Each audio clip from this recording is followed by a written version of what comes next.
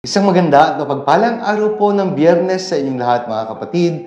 Araw po ng Biyernes ngayon sa loob ng ika-4 na linggo sa Pasko ng Pagkabuhay. Binabati ko po kayong lahat ng mga nakikinig at sumusubaybay, mga viewers and followers of our Daily Gospel Reflection. Ganyan din po ang aking mainit na pagbati at puno ng pagmamahal na pagbati sa mga deboto ni San Antonio ng Padua. Sa lahat po ng mga tagapagtaguyod namin, mga benefactors ng pambansang dambana ni San Antonio ng Padua, sa lahat po ng biyaya at tulong na ibinibigay, kinikilala po namin at isasalamatan ng lahat. Ang Diyos na po ang bahalang gumanti sa inyong pagtulong sa amin. Welcome po sa ating Daily Gospel Reflection. Sama-sama po nating pagnilayan ang mga salita ng Diyos mula sa mabuting balita na nakalaan para sa araw na ito.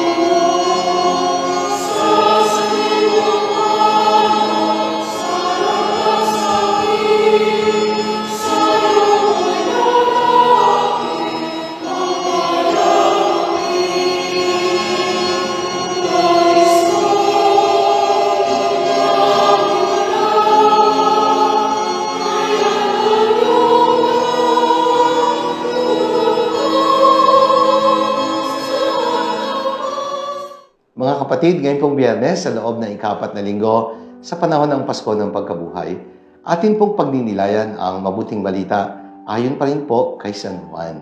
Ito po ay mula sa ika-14 na kabanata, mga talata 1 hanggang 16. Ang pamagat po ng aking refleksyong ibabahagi ay nagsasabing, "Goodbye is never a lonely word." Akala natin ang salitang paalam ay palaging malungkot, sapagkat, siyempre, kapag may pamamaalam, may karanasan ng paghiwalay. May umaalis at mayroong naiiwan. May umahayo at may nagmumulila dahil sa paglisan. Sa literatura po ng Biblia, ang mga pagpapahayag ni Jesus sa ating mabuting balita sa araw na ito ay tinatawag na diskurso tungkol sa pamamaalam o yung tinatawag na farewell discourse. Yung ebanghelyo po kahapon na nagpapaalala sa atin sa huling hapunan ay bahagi din po ng tinatawag na farewell discourse. Sapagkat sa huling hapunan, bilang ng oras ng Panginoon, ang mga sandali ay nalalapit na patungo sa kanyang pagyakap sa paghihirap na ahantong sa kanyang kamatayan.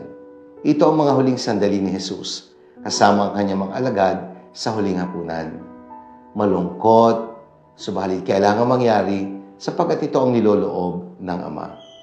Hindi mapipigilan sapagkat may plano ang Diyos. Bibigyan katuparan ng lahat sa panahon na itinakda ng Panginoon. Kaya sa konteksto po ng huling hapunan, kasama ni Jesus sa kanyang mga alagad, ang Panginoon po ay namamaalam. Kaya tinatawag po itong farewell discourse. But the question is there really something to be sad about? It's time we hear and it's time we say the word goodbye.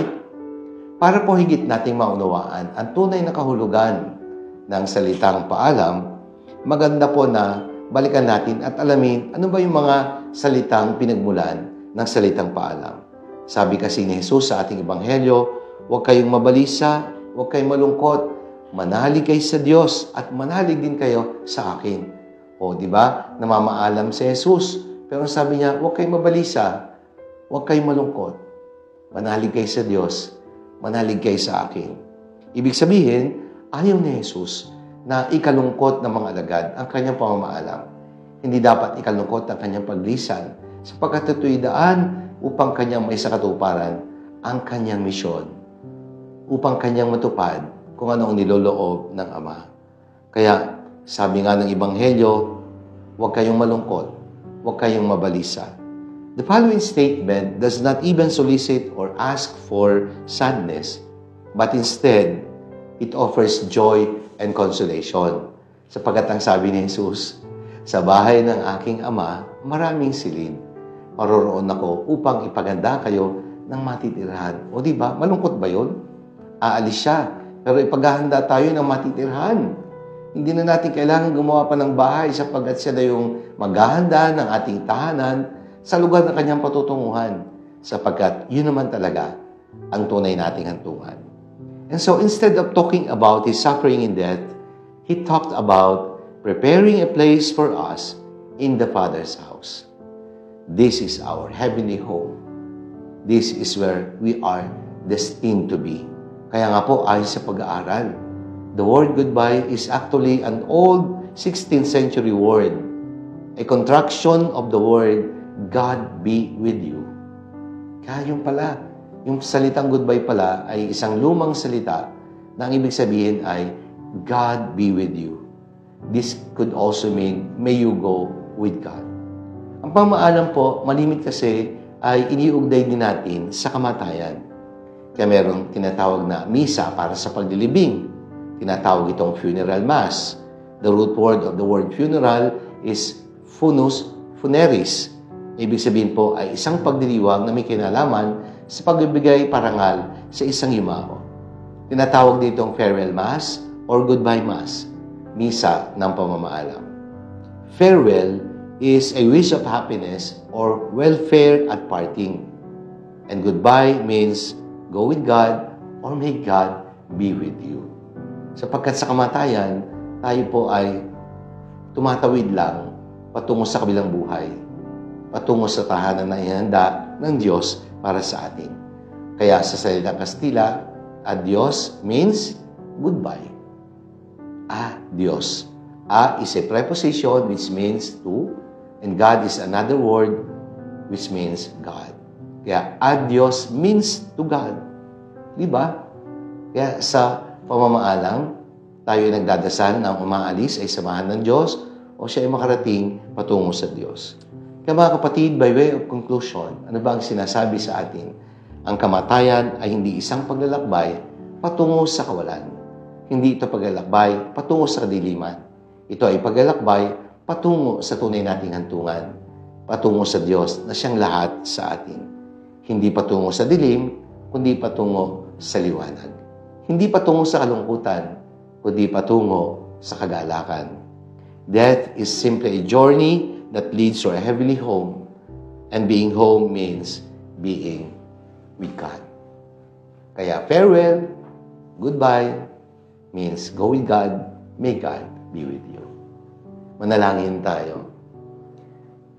Panginoong Hesus, Ikaw ang aming daan patungo sa aming tunay na tahanan at walang ibang daan na magdadala sa amin patungo sa langit upang makapiling ka sa buhay na pinapangarap mo at pangako ng Diyos sa kanyang mga anak. Amen. Maraming salamat po mga minamahal na kapatid.